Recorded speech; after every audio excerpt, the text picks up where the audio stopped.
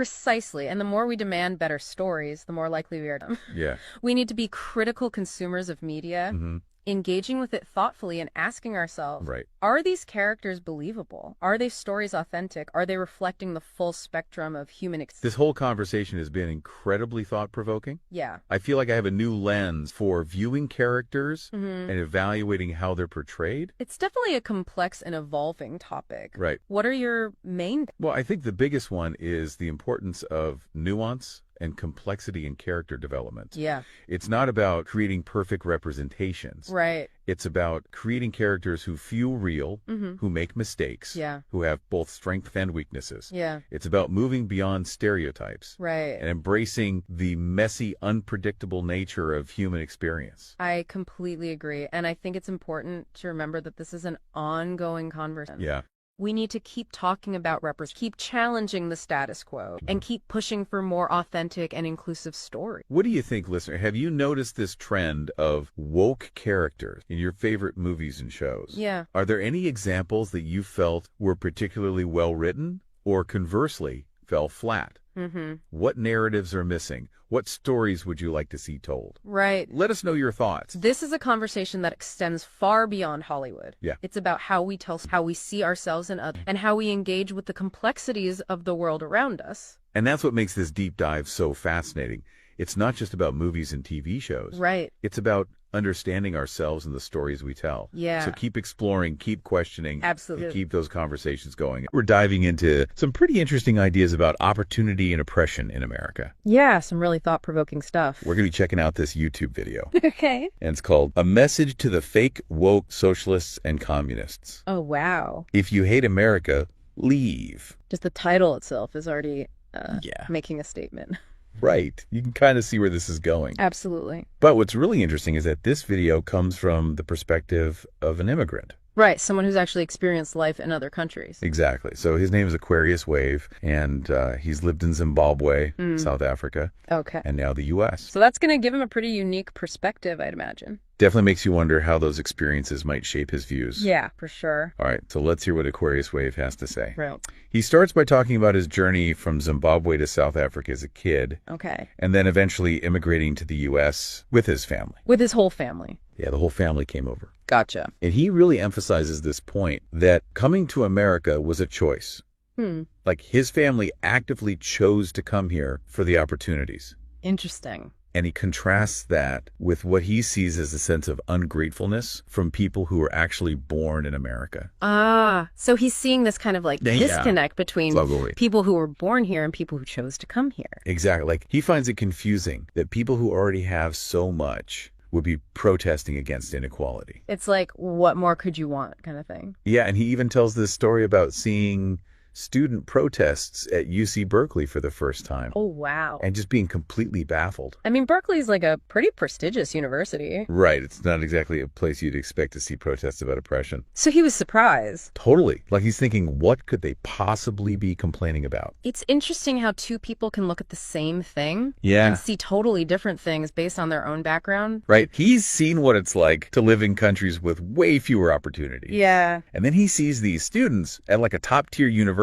complaining about oppression. It makes you wonder if he's ever been to like a community college or I know, a right? state school or something. Maybe he's just hanging out in the wrong circles. Maybe. But anyway, he even goes so far as to compare this woke ideology, as he calls Woke it, ideology. Okay. to the behavior of a covert narcissist. Oh, wow. That's a pretty strong comparison. Yeah, it's definitely a loaded term, right? This whole idea of being woke. It gets thrown around a lot. Exactly. But what does he actually mean by it in this context? Yeah. I'm curious to hear how he defines it. Well, he seems to be using it to describe what he sees as an excessive focus on social justice issues, Okay. but in a way that's almost performative. Like it's more about appearing virtuous than actually making a difference. Yeah, exactly. That's a good point. And it's interesting because he links this woke ideology directly to those protests at Berkeley. So, in his view, even people who are relatively privileged can still buy into this mindset. Yeah, and that's where this idea of relative privilege comes in. Or relative Yeah. privilege. It basically means that even if you face challenges in your life, Okay. you might still have advantages compared to others. So, like, even those Berkeley students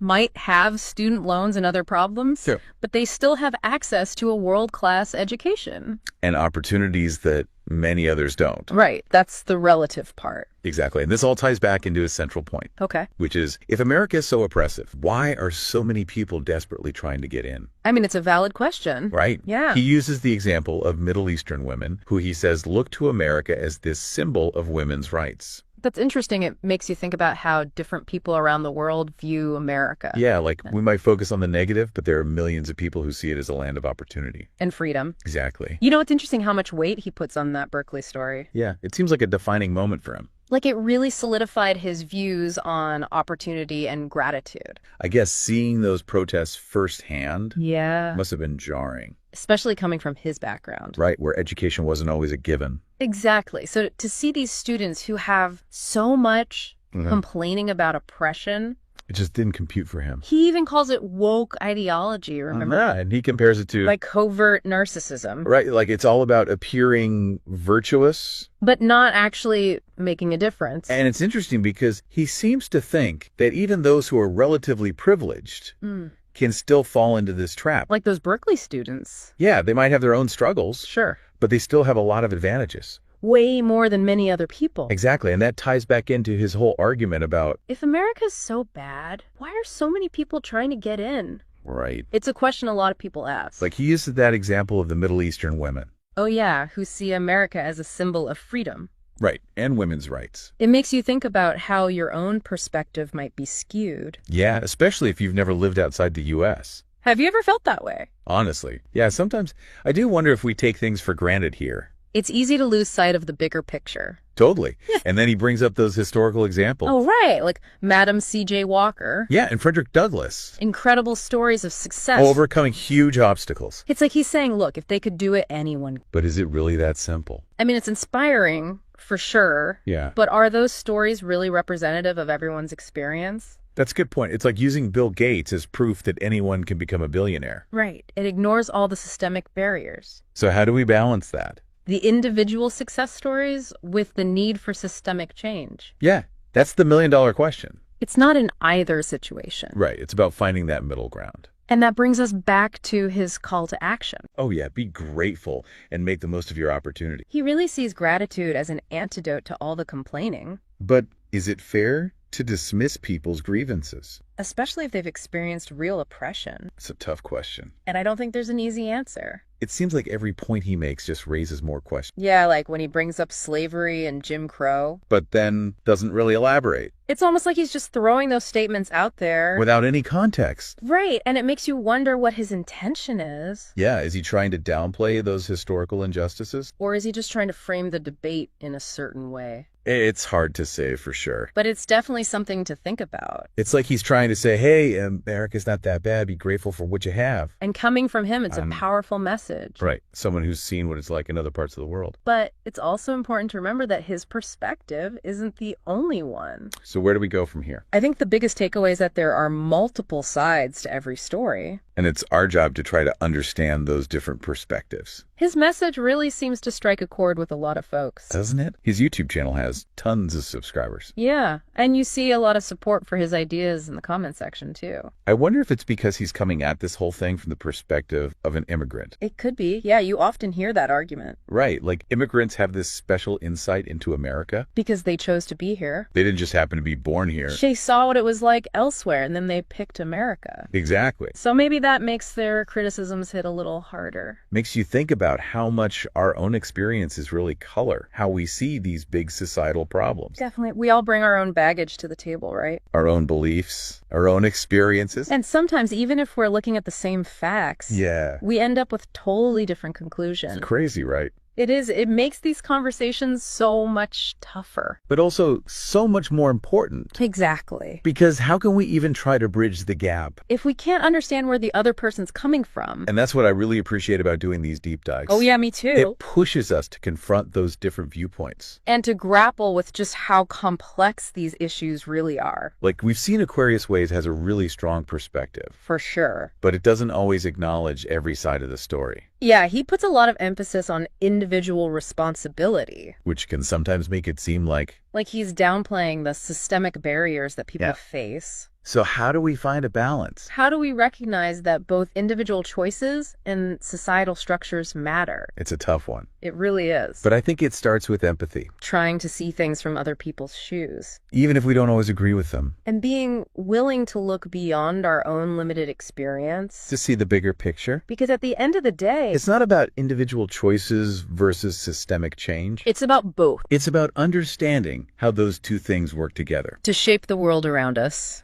And on that note, Yeah. I want to wrap up this deep dive with a few takeaways. All right, fire away. First off, remember that there are multiple perspectives on every issue. Don't just take one person's word for it. Exactly. Do your own research, think critically. Second, be open to listening to people who have different experiences than you, Even if it challenges your own beliefs. because empathy is key to bridging those divides. Couldn't agree more. And lastly, don't be afraid to question your own assumptions. We're all learning and growing. And as we learn more, we might realize that some of our old beliefs no longer hold up. That's okay. It's all part of the journey. It is. Because the more we understand about each other and about the systems we live in, The better equipped we'll be. to create a society, That works for everyone. a society that's truly just and equitable. That's what we should all be striving for. Absolutely. We're going deep on a topic that's been causing a lot of debate, and that's diversity, equity, and inclusion. DEI. DEI, yeah. And we're going to be looking at some perspectives that really challenge, the typical narrative around DEI. Right. And a lot of what we're looking at today comes from a YouTube channel called Aquarius Wave. Have you seen this channel? I have, yeah. It's pretty interesting, I think. Yeah, they've got some pretty strong critiques of DEI, and they even bring in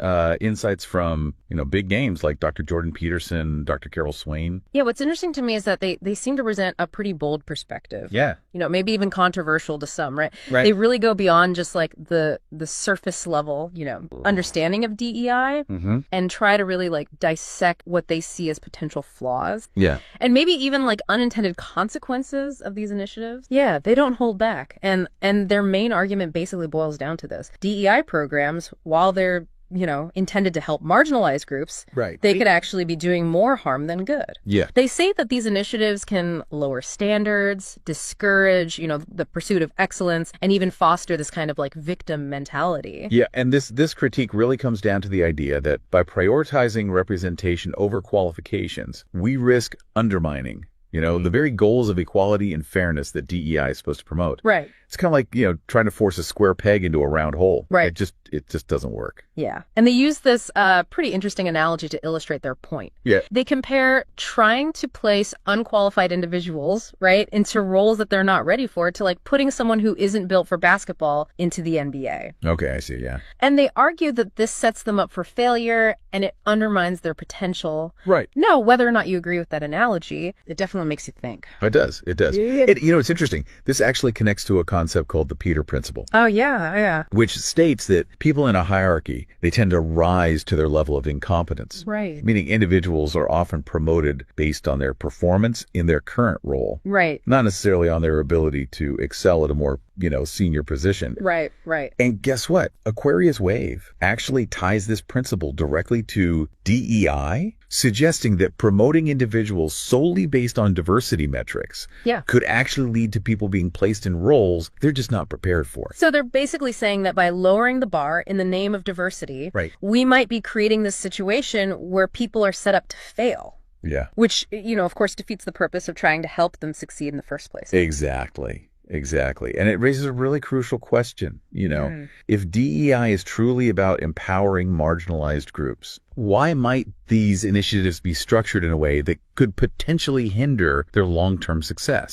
That's something worth considering as we kind of unpack these arguments. Absolutely. Now, Aquarius Wave takes their critique a step further. Okay. They claim that DEI isn't just about representation. Oh, okay. They argue it's actually a power grab disguised as social justice. Interesting. They suggest that some proponents of DEI might be exploiting this idea of, systemic oppression, Right. not to genuinely promote equality, Yeah. but to advance their own political agendas and maintain control. Hmm. Pretty bold claim, wouldn't you say? It is, yeah. It's definitely a strong statement. Yeah.